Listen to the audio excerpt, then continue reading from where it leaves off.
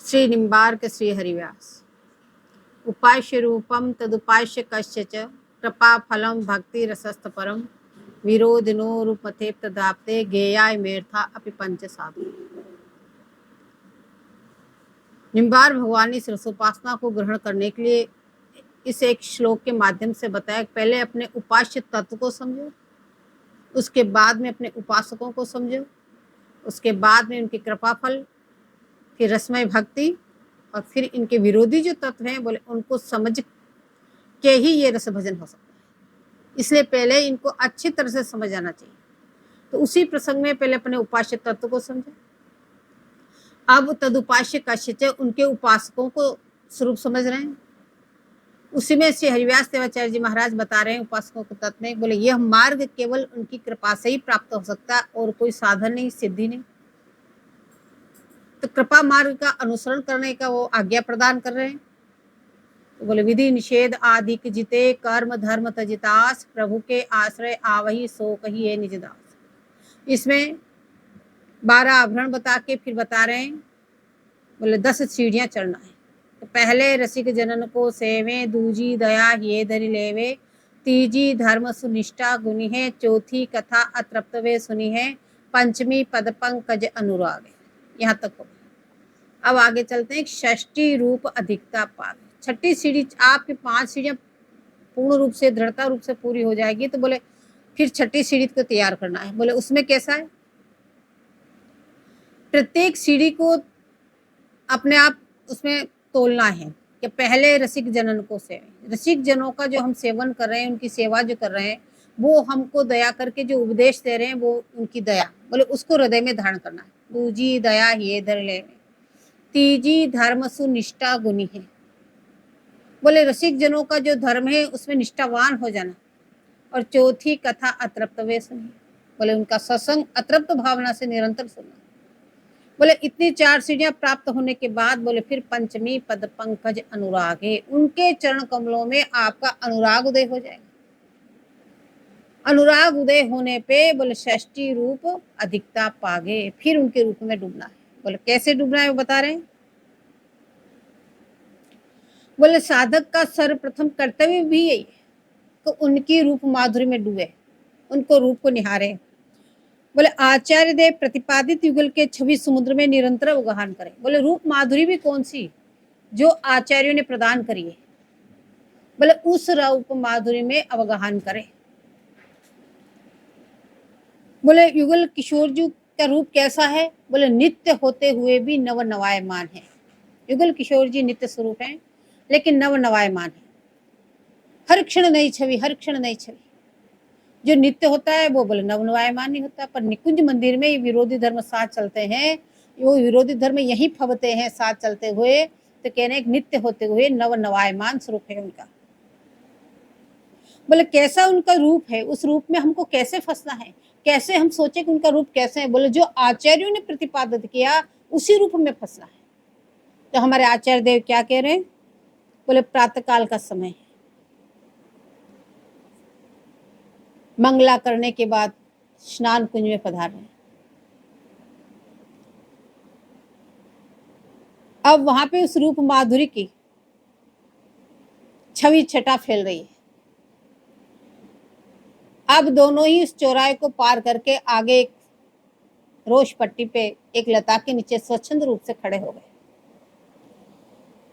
अंश भुजा दिए सखियों ने दोनों को सखियां थोड़ी दूर हो गई उस रूप माधुरी को निरखने लिए। और वो क्या लीला करते हैं इसको देखने के लिए सखियां थोड़ी युगल किशोर जी को स्वच्छंद छोड़ के थोड़ी दूर खड़ी हो गई। अब दोनों ही रूप में छके हुए एक दूसरे की रूप माधुरी का पान कर रहे हैं। इसीलिए सखियां थोड़ी दूर हो गई कि किस तरह से रूप माधुरी का पान कर रहे हैं। तो हर चीज के आचार्य लाल जी हैं, तो इस रूप का पान करने वाले प्रथम आचार्य लाल ही हैं। वो किस तरह से रूप का पान करते हैं।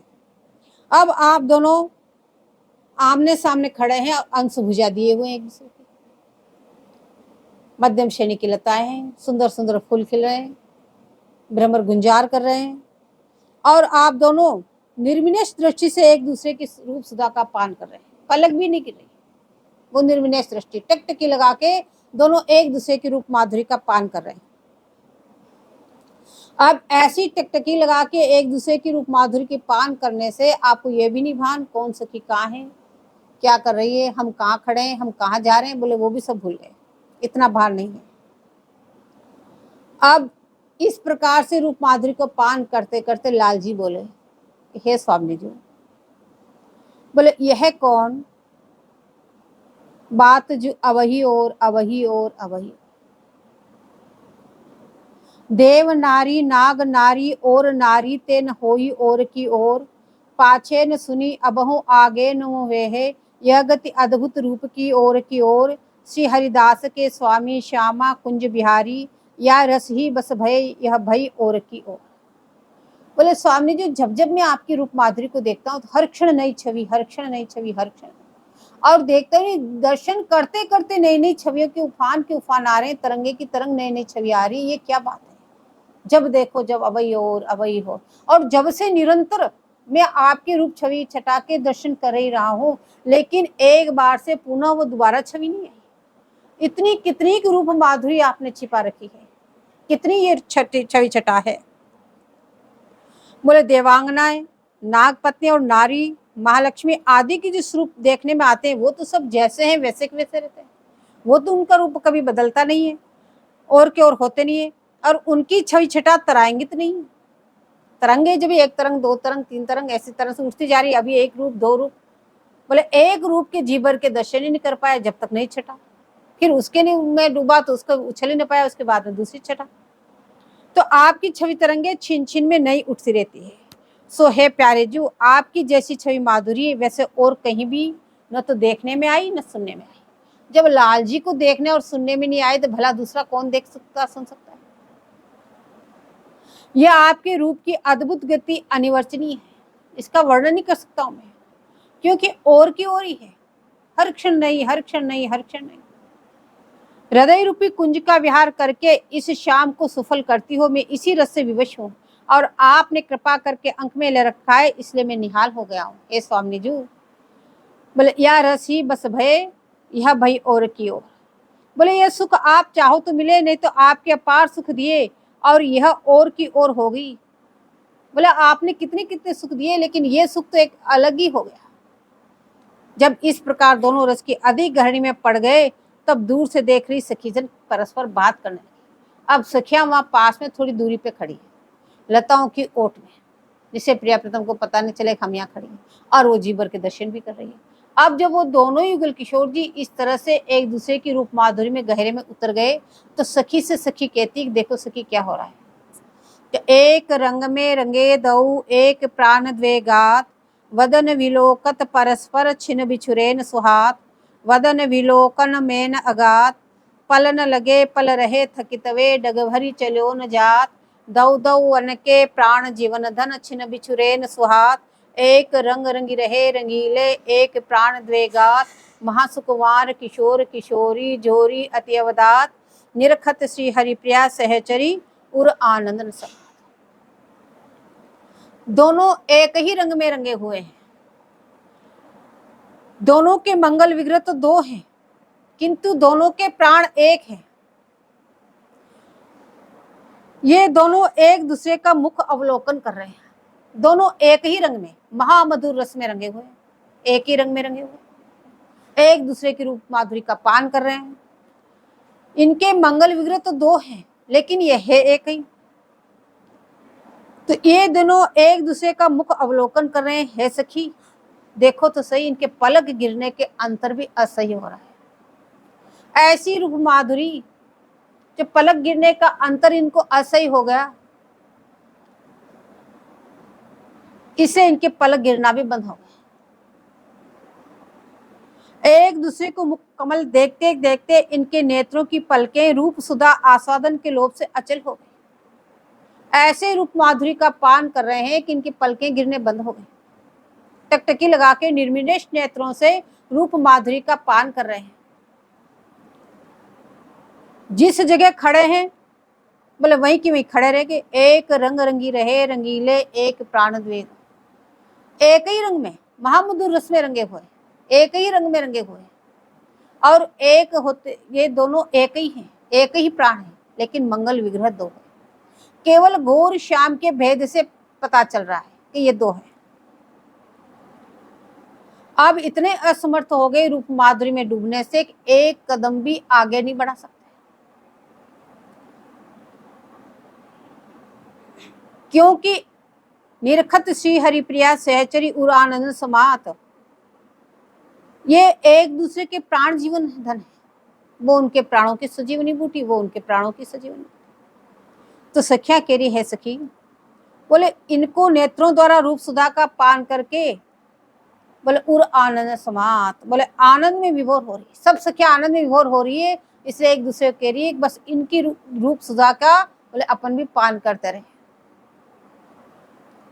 तो दूसरी सखी बोली, बोले देखो ये केवल रूप सुधा के ही पान नहीं कर रहे हैं, और भी कुछ कर रहे हैं। बोले क्या कर रहे हैं? तो नैनन नैन मिलावही कही कही बेन रसाल, रसिकन कोधन सहज दऊ लाड लड़ीले लाल, लाल दऊ लाड लड़ीले हो कहत परस्पर बैन, सुनि सुनि पुनि पुनि रीजि रीजि नैनन सो लावत नैन, अति अनुराग सुहाग भागरस भीने नागर ने, कोटि कोटि रति अनंग अंग में झलकत रंग अच्छे, मनमोहन मन मोहिनी सहजई श्यामल गौर, श्री हरिप्रिया रसिक जन कोधन जोरी युगल किशोर।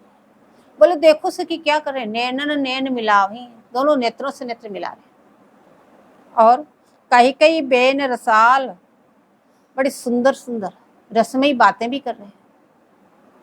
बोले रसिकन के धन सहज दऊ लाड लड़ीले लाल, लाल दऊ लाड लड़ीले हो, बोले दोनों ही लाल है इसमें, इसलिए कह रहे दोनों ही लाल हैं। जब अत्यंतिक गंभीर अवस्था में डूब जाते हैं तो दोनों ही लाल हो जाते हैं। तो कह रहे लाल दऊ, दोनों लाल हैं इसमें, लाल दऊ लाड लड़ीले हो, एक दूसरे के लाड़ प्यार से लालित पालित ये लाड लड़ीले, सखियों के द्वारा लाड़ प्यार से लालित पालित ये लाड़ लड़ीले। बोले लाल दऊ लाड लड़ीले हो, बोले क्या कर रहे हैं? बोले कहत परस्पर बेन, आपस में एक दूसरे से बात कर रहे हैं। बोले फिर, बोले सुनी सुनी पुनी पुनी रीजी रीजी, बोले एक कह रहे हैं तो दूसरे सुन रहे हैं, फिर पुनः एक कह रहे हैं तो दूसरे सुन रहे हैं। बोले सुनी सुनी पुनी पुनी, और जो कह रहे हैं उस पर रिजवार जा रहे हैं, रीज रहे हैं, सुनी सुनी पुनी पुनी रीजी रीजी, और पुनः फिर क्या करते हैं, नैनन सोलावत नैन, फिर पुनः नेत्रों से नेत्र मिला रहे हैं। और इनके हृदय में कितना अनुराग है सखी, देखो तो सही, अति अनुराग, अति के अनुराग भरा हुआ है, अति अनुराग सुहाग भागरस भीने नागर ने। यद्यपि चतुरों के शिरोमणि है, नागर वर्जू है दोनों ही, लेकिन अभी दोनों एक दूसरे के स्नेह में डूबे हुए हैं, इसलिए इनके हृदय में अति का अनुराग है। इन दोनों की शोभा कितनी हो रही, बोले कोटि कोटि रति अनंग अंग में झलकत रंग अच्छे, और मनमोहन मन मोहिनी सहजे श्यामल घोर। बोले इनकी विभोरता है एक दूसरे के, वो कह रहे हैं ये मनमोहन वो मनमोहिनी। बोले लाल जी मनमोहन है, लाल जी के नाम निकुंज मंदिर में मनमोहन क्यों है? तो सदा प्रिया जी के ऊपर मोहित रहते हैं, इसलिए लाल जी को मनमोहन कहते हैं। लेकिन अनंत भगवत धामों में भगवत स्वरूप भी लाल जी के स्वरूप में विमोहित है, इसलिए भी मनमोहन, और निरंतर प्यारी जी के रूप में मोहित है, इसलिए मनमोहिनी, और स्वामी जी मनमोहिनी। बोले ऐसे समस्त भगवत धामों को, पूरे संसार को, बोले अपनी तिरछी चितवन से मूर्छित करने वाला वो जो रूप, बोले वो उस पे मोहित हुए, इसलिए स्वामी जी मनमोहिनी। ऐसे लाल का मन को मोहिन करने वाली, इसलिए बोले स्वामी जी मनमोहिनी। मनमोहन मनमोहिनी, बोले कैसे है, सहजे श्यामल घोर। बोले ये जो इनकी घोर और श्यामल छवि जो है, बोले सहज है और चेष्टित छवि है। और श्री हरिप्रिया रसिक जन को धन जोरी गुल किशोर, और इनमें जीवाने वाली शक्ति कितनी है। बोले रसिकों के तो प्राणों की सजीवन बूटी है, वास्तव में तो रसिकों जनों का ये धन है। बोले ये धन जो बाहर कह रहे हैं उसी को पता चल सकता है जिसमें कि धन में आसक्ति हो, उसको पता चलता है कि धन में कितना प्रेम होता है। तो धन की आसक्ति, इसलिए बोले कि रसिक जन का धन है, रसिक जनों का तो सर्वस धन ही यही है। बोले जोरी युगल किशोर, आप दोनों नेत्रों से तो नेत्र मिला रहे हैं, और सहचरी जनों के परम धन होने से, इनसे अत्यंत लाड प्यारित होने से ये दोनों लाल बोले कुछ बात कर रहे हैं। बोले कैसे बात कर रहे हैं? कि मनहु द्रुमनते सुमन जरी परत हरत मन मेन, देखई री इन दुहुन की बतरावन सुख दे। देख हूँ री दुहुन की सहज बतरावनी, मनहु दिवी द्रुमनते सुमन जरी जरी परत हरत मन परस्पर बरन उचरावनी। लगत केसी रुचिर रदन छवि बदन में, मदन मन मोहिनी मोद उपजावनी। श्री हरिप्रिया परम रस प्रेम की परनी में, परी रहे करी रहे विनय विनिया। बोले मनहु द्रुमनते सुमन जरी, मानो को कल्प वृक्ष से फूल झरझर के गिर रहे हो, ऐसी इनकी बतरान है। देख री दुहुन की सहज बतरावनी, बोले देखो सखी केरी देखो, इनकी जो सहज बतरावन है, सहज अचेष्टित रूप से जो बात करें इसको देखो। बोले बातें तो सुनी जाती, देखी नहीं जाती। यहाँ पे सखी क्यों कह रही देखो? क्यों सखी थोड़ी दूरी पे तो उनको सुनाई नहीं दे रही, तो इनके अधर पल्लव जो हिल रहे हैं उसको देख के समझ रही कि दोनों बात कर रहे हैं, इसलिए कह रही देखो री इन दोनों की सहज बतरावनी। बोले इनकी जो सहज जो बात है इसको देखो तो सही। बोले कैसे सुंदर लग रहे हैं। मनहु द्रुमनते सुमन जरी जरी परत हरत मन परस्पर भरत उचरावनी, मानो कि कल्पवृक्ष से फूल झरझर के गिर रहे हैं और एक दूसरे को मन को हरण कर रहे हैं। हरत मन परस्पर भरन उचरावनी, ऐसी बात बोल रहे हैं कि एक दूसरे को मन को हरण कर रहे हैं। लगत कैसी रुचिर रदन छवि बदन में, बोले ऐसे बात करने से इनकी सुंदरता कैसी लग रही है। बोले जैसे इनके अधर पल्लव खुलते हैं और जैसे वो दंत पंक्ति का जो प्रकाश निकलता है। लगत कैसी रुचिर रदन छवि बदन में, बोले मदन मन मोहिनी मोद उपजावनी, लाल जी के हृदय में मोद उत्पन्न कर रही है, या मदन मोहन के हृदय में मोद उपजन करने वाली जो दंत पंक्ति का ये प्रकाश है। श्री हरिप्रिया परम रस प्रेम की परणी में, बोले इस समय परम रस जो प्रेम है उस प्रेम की परणी, परणी नाम नदी का, उस नदी में गोते खा रहे हैं। बोले क्या गोते खा रहे हैं? करी रहे परी रहे करी रहे विनय विनियावनी। बोले एक तो विनय कर रहे हैं, एक उसको स्वीकार कर रहे हैं। बोले विनय क्या कर रहे हैं? सखियों ने ध्यान दे के सुना, कभी आपस में विनय क्या कर रहे हैं। तो लाल जी की बोलन पहले, लाल जी विनय कर रहे हैं। कैसे विनय कर रहे हैं? प्रेम कला सुर सहित पिय कहत पियासो बेन, हार उदार निहार उर चहत चतुर चितले, परस्पर निरखी थकित भय नैन, प्रेम कला भरी सुर राधे सो बोलत अमृत बेन, हार उदार तिहार निहारो राधे यह मन लेन, जय श्री भट्ट लटकी जान हित कारण भई श्याम सुख दे। अब लाल जी जो बात कर रहे हैं कोई ऐसे तो नहीं कर रहे हैं, मतलब प्रेम की कला से बात कर रहे हैं, आत्यंतिक प्रेम दिखा, प्रेम की कला से और सुर सहित, बेसुरेपन से नहीं, बोले सुर सहित। यहाँ आचार्य जन कह रहे हैं प्रेम कला और सुर सहित बड़े मीठे स्वर से बात कर रहे हैं। क्या कह रहे हैं? कहत प्यासो बेन, अपनी प्यारी से बात कह रहे हैं। क्या कह रहे हैं? कहार उदार निहार उर चाहत चतुर चितले, चतुरों की शिरोमणि है, इस हार को निहार रहे हैं और स्वामी जी की उदारता को बता रहे हैं। परस्पर निरखी थकित भय ने, टकटकी लगा के निर्विशेष नेत्रों से एक दूसरे के रूप माधुर्य का पान करते जा रहे हैं और लाल जी विनय कर रहे हैं। प्रेम कला सुर भरी सुर राधे सो बोलत अमृत बेन, हार उदार तिहार निहारो राधे यह मन ले। अब चाहत चतुर चितलेन कह रहे, बोले चतुरों की शिरोमणि कैसे बात कर रहे हैं। स्वामी जी से कह रहे हैं हे स्वामी जी देखो आपकी संपत्ति जीत है और मेरी संपत्ति हार है। तो स्वामी जी बोले सो कैसे प्रीतम?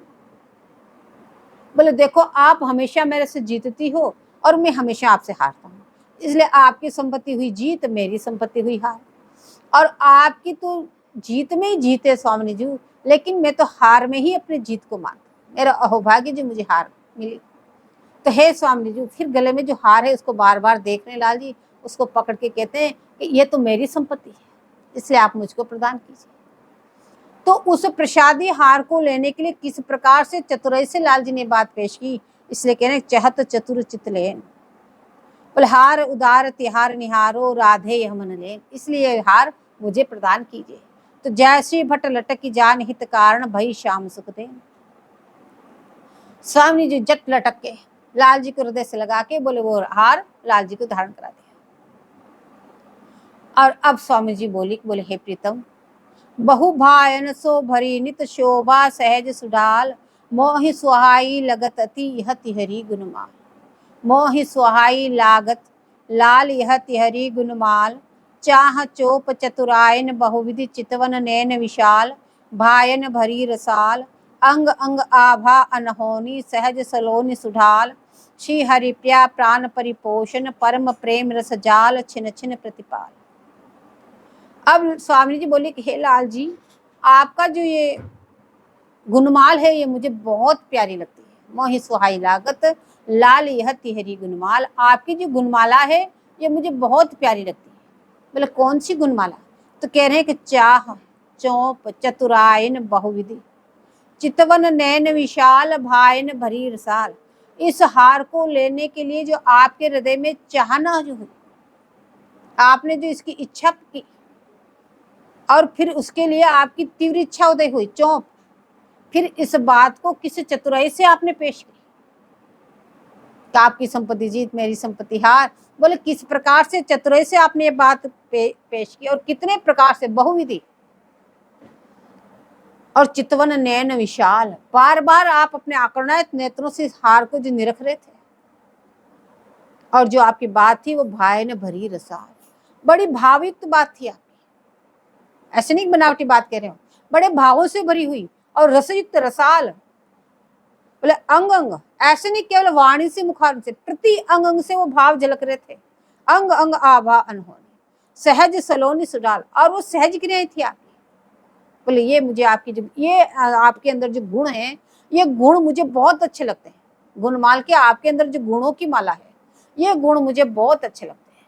इतने में लाल जी हाथ जोड़ के बोले कि श्री हरिप्रिया प्राण परिपोषण, परम प्रेम रस जाल, छिन छिन प्रतिपाल। हे स्वामी जी, आप ही तो मेरे प्राणों को पोषण करने वाली है।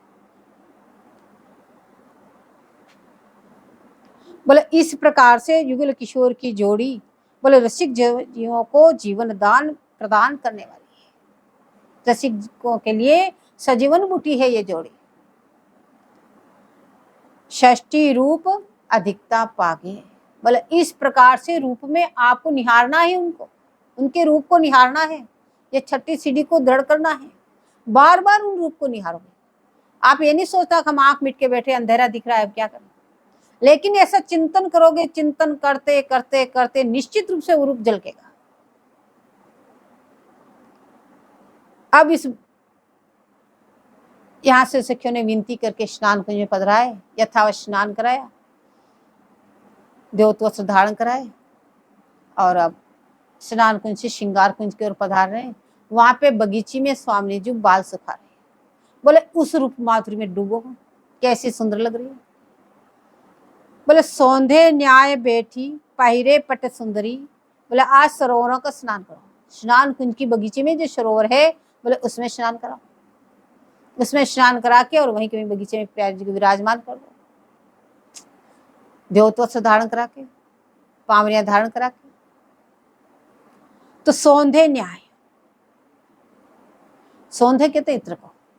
बोले पूरे सरोवर में इत्र पूरा हुआ है, इत्र की शीशें खाली की हुई है, और वैसे भी सुगंधित है, वृंदावन धाम का सरोवर है ये। तो बोले सौंधे न्याय बैठी विराजमान हुई, पहिरे पट सुंदरी, और जहां फुलवारी तहां सुखवती अलके। वहां पास में एक फुलवाड़ी है, उसमें अपने बाल सुखा रही। बोले करणक शोभा कलकेश संवारती, मानो नवगन में उड़गन झलके। विविध श्रृंगार लिए आगे ठाड़ी, प्रिय सखी भयो और आनी रतिपति दल दल के। श्री हरिदास के स्वामी श्यामा कुंज बिहारी की, छवि निरखत लागत नहीं पलके। बोलो जिस फुलवाड़ी में पुष्प और सौंधे की लपट उड़ रही है, फूलों की तो सुगंधी आ ही रही है, लेकिन इत्र का भी इतना छिड़काव करा है कि उसकी चारों तरफ से लपटें उठ रही है। उस फुलवाड़ी में स्नान करने के बाद परम सुंदरी सी किशोरी मणि जी एक रत्न जटित सारोट पर विराजमान होकर, चौकी पे गिल में गद्दियां लगी हुई, रत्न जटित चौकी पे विराजमान होकर के अपनी निज कर ककई से सचिकन काले सटकारे बालों को, अपनी कर ककई से इन अंगुलियों से इन बालों को संवार रही और सुखा रही है। उस समय जो आपके निजकर जो नखमणि जो है, बोले ऐसे अपने जो कारे सटकारे घुंघरारे केश कलापों में ऐसे लेके बालों को संवारी है, तो नखमणि का जो प्रकाश है, बोले उसकी सुंदरता में अटको तो सही, कैसे शोभा को प्राप्त हो रहे। केश कलाप रूपी नवघन में नख रूपी, ये जो केश कलाप है बोले ये घन है, इसमें ये नखमणि बोले तारे के समान चमक रहे हैं, ऐसा उनका प्रकाश निकल रहा है। बोले उस समय आगे श्रृंगार कुंज में अनेक प्रकार के श्रृंगार थालियों में सजा सजा के सखियां अगवानी के लिए खड़ी है। देखो बड़ा ही लाड़ प्यार का देश है, किसी चीज की कमी तो है नहीं। ये नहीं सोचना श्रृंगार कुंज में सारा श्रृंगार रखाई हुई है, फिर यहाँ थाली लेके खड़े रहने की क्या जरूरत है। ये सेवा की पराकाष्ठा है, सखियों की सेवा कौन कर सकता है। बोले इस प्रकार से थालियां सजा सजा के खड़ी श्रृंगार कुंज के बाहर, यद्यपि श्रृंगार कुंज में ही होगा, लेकिन प्रेम देखो, उनका उतावलापन देखो, उनका लाड़ प्यार देखो, सब पूरा श्रृंगार थालियों में सजा सजा के खड़ी है। और आपकी बाढ़ जो रही है, मार्ग देख रही कब इधर विकुल किशोर जो आ रहे। बोले इस रूप के भार को देखकर रतिपति बोले अर्थात स्वयं लाल जी के मनोरथ के दल दल दहला रहे हैं। ऐसी रूप माधुरी खिली, उसमें एक द्योत वस्त्र धारण है और उसमें स्वामी जी अपने अलके सुखा रही है। तो इस प्रकार श्याम तथा कुंज बिहारी की छवि छटा को निरखते सखियों की पलके नहीं लग रही। षष्ठी रूप अधिकता पागे तदुपास्य कश्यच, उनके उपासकों के स्वरूप समझ रहे हैं, उनके उपासक कैसे हैं, किस प्रकार से उनका चिंतन करते हैं,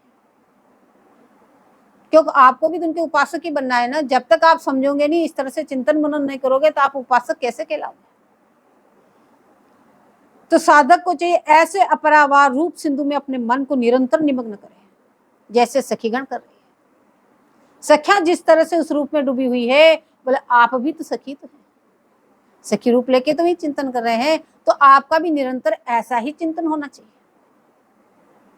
ऐसा नहीं कि वो तो सखियां करती है तो इसका मतलब आप सखी नहीं, आप भी तो सखी हैं। इसी प्रकार से सखियों का बोले जैसे सखियां चिंतन कर रही है, ऐसे ही आपको करना है।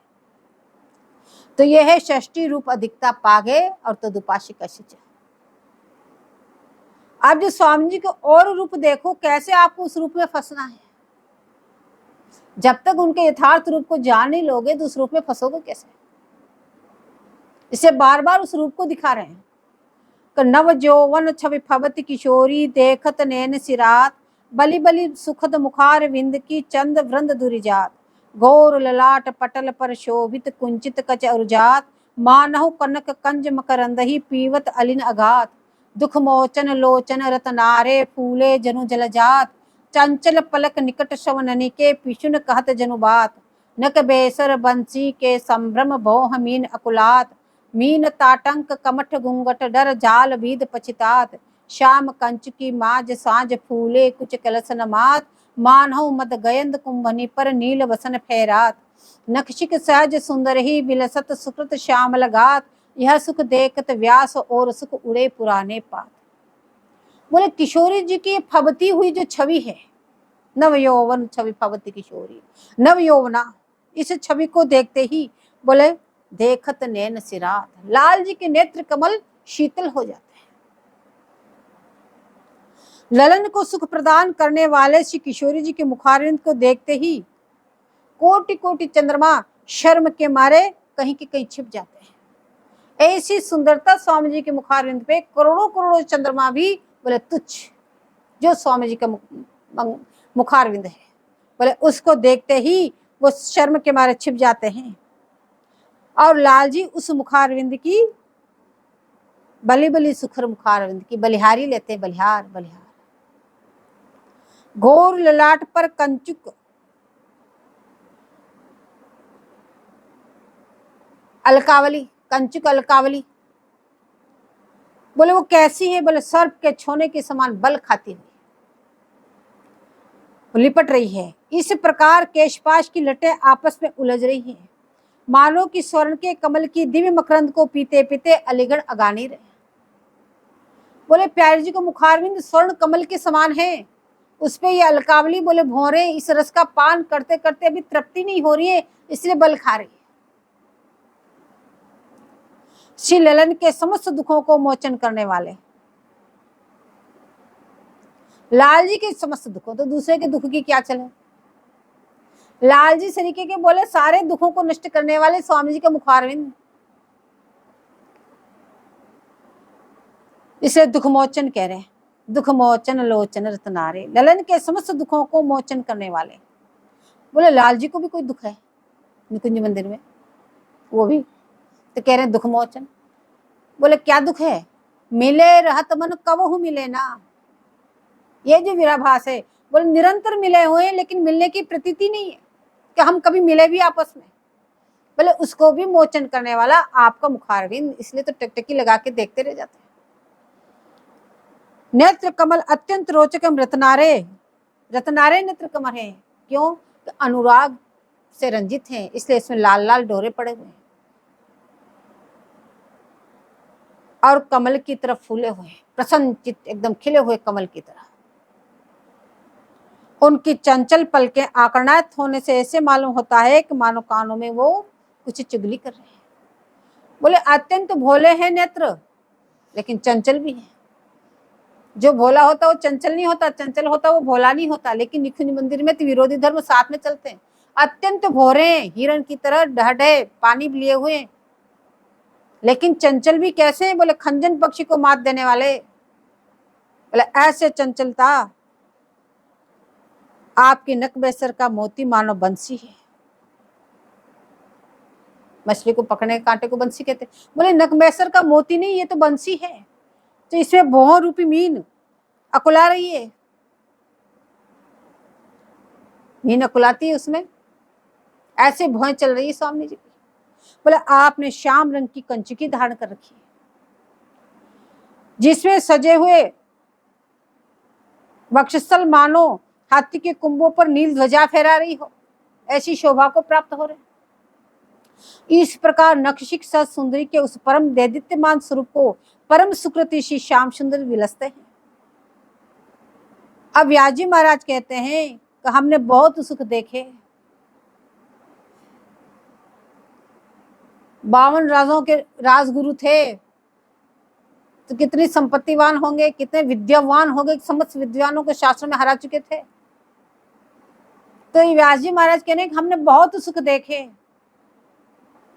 शास्त्रार्थ करना कोई साधारण बात नहीं, जिसको सारे वेद वेदांत पर ये श्रुति स्मृतियां सब कंठस्थ हो वही शास्त्रार्थ कर सकता है। तो उसमें किस किस प्रकार का सुख नहीं गाया हुआ, किस किस का नहीं आस्वादन किया।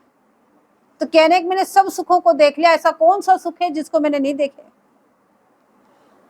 बोले भाई सुख तो हमको बहुत मिले और बहुत देखे, लेकिन इस सुख के सामने वो सारे सुख इस प्रकार से उड़ गए जैसे पतझड़ के समय पुराने पत्ते हल्के से हवा के झोंके से सब उड़ के चले जाते हैं। बोले इसी प्रकार से बोले वो सब उड़ गए। अब हरिव्यास देवाचार्य जी महाराज आज्ञा प्रदान करते हैं कि हे साधक समाज, इन नक्शिक सज सुंदरी एवं साथी सुकृत श्याम की छटा, इन दोनों के रूप सिंधु समागम में तुम भी अपने को निमग्न कर दो। बोले लाल जी के रूप कैसे नहीं रख रहे? बोले जैसे इसमें बताया है कि लाल जी कैसे टकटकी लगा के पिया जी के रूप माधुरी को नहीं रख रहे हैं, कैसे याचना कर रहे हैं, कैसे विनती कर रहे हैं। बोले इस तरह से लाल और ललना दोनों के रूप को नहीं रखे और तुम अपने को भी उसमें निमग्न कर दो। यह षष्ठी रूप अधिकता पागे, ये उपासक का स्वरूप। बोले इसी प्रकार की उपासना से प्लावित होना चाहिए।